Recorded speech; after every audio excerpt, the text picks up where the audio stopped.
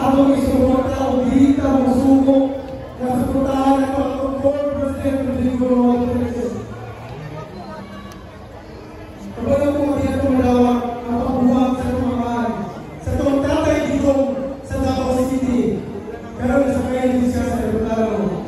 Pero ayaw ko pagwala o paglaom. Kaya para ang suporta sa itong mga Duterte, dili mawala o naaga po sa itong kasing-kasing. Di lang kay kita ang nagasuporta. Naapod ang ato ang Unity Ride for PRRD. Naas na nagsugod sa Coastal Road na ganina. Going to Digos, ako ba going to Davao del Norte, Padalong, Tagum City. Kung karoon, nag-live sila o nagsugod na sila Motor King to support sa itong former President Rodrigo Roa Duterte. Di ko na wakon o asa, tatagan, tangon sa pangarap ng atuang mayor na masunod din sa Davao, ang ating former President Rodrigo Roa Duterte. O karon, ato na pong ihatag sa mga kaigsuunan na natin karon ng Salmon, nga nibiyahe pa aron mahatag ang suporta sa itong former President Tatay Digong. PDP Laban, Regional Head N. Basuta, from Tawi-Tawi Sulu Basila, and Zamboanga Sibugay. Atong palagpakan, Ma'am Princess Sharine Alvarez.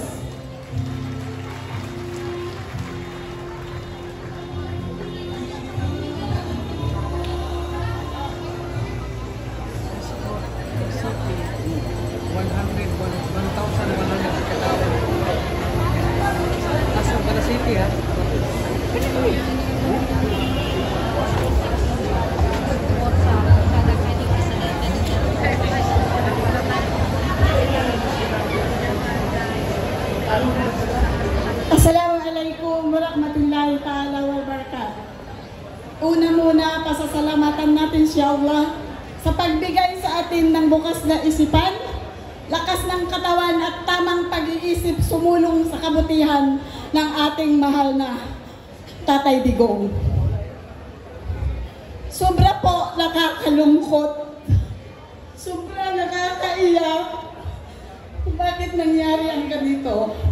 Alam ninyo, galing pa po kami bumaybay ng Region 9. Ako po ay si Princess Sharine Alvarez from Sulu, ay isang tausug. Kami po ay lumakbay dito mula kahapon. Kasama ko po ang Provincial Chairman ng Sulu, si Retired Officer Duran Sabtal, sir. At ang mutihing pamangkin ni former Governor Akbar ng Basta. Sa mahal na Pangulo, nandito kami ngayon.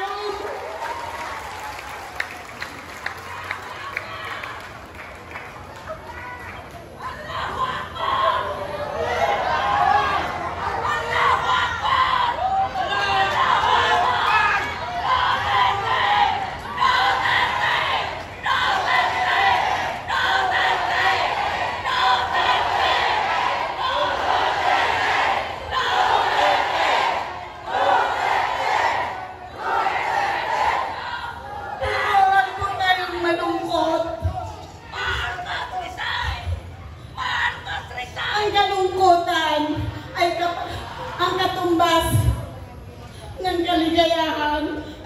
Alam ko po, babalik si Tatay Digong sa atin. Makakabalik siya dahil mahal na mahal natin. Nandito siya sa ating mga puso. Nandito siya, mahal natin, ng dahil na Tatay Digong. Nirespeto kaming mga Muslim na wala ko. Lagi na lang po kaming pinagbibintangan. Nang dahil kay Tatay Digong, pantay-pantay po ang tingin sa ating mamamayan. Si Tatay Digong lang po ang nakapagbigay ng kasaganaan ng peace sa Region 9 Basulta at sa buong Pilipinas.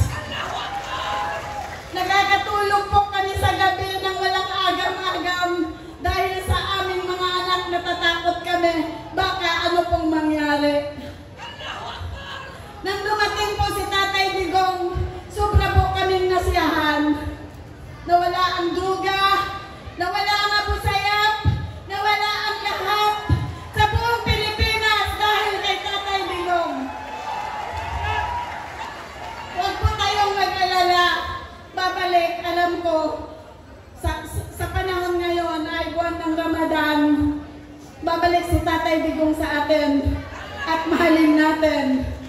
Dahil ang Pilipinas ay Duterte pa rin. Maraming salamat po. Maraming salamat. Ang Princess Sharine S. Alvarez. Daghang salamat po karon atong sang ihatag sa itong usa ka mga kababayan nga naa diri karon ug nisalmot ug muhatag ug paglingaw ug pasalamat, mensahe ug inspiration para sa tuang former President Rodrigo Roa Duterte. Atong palapakan ang Busilak Singer.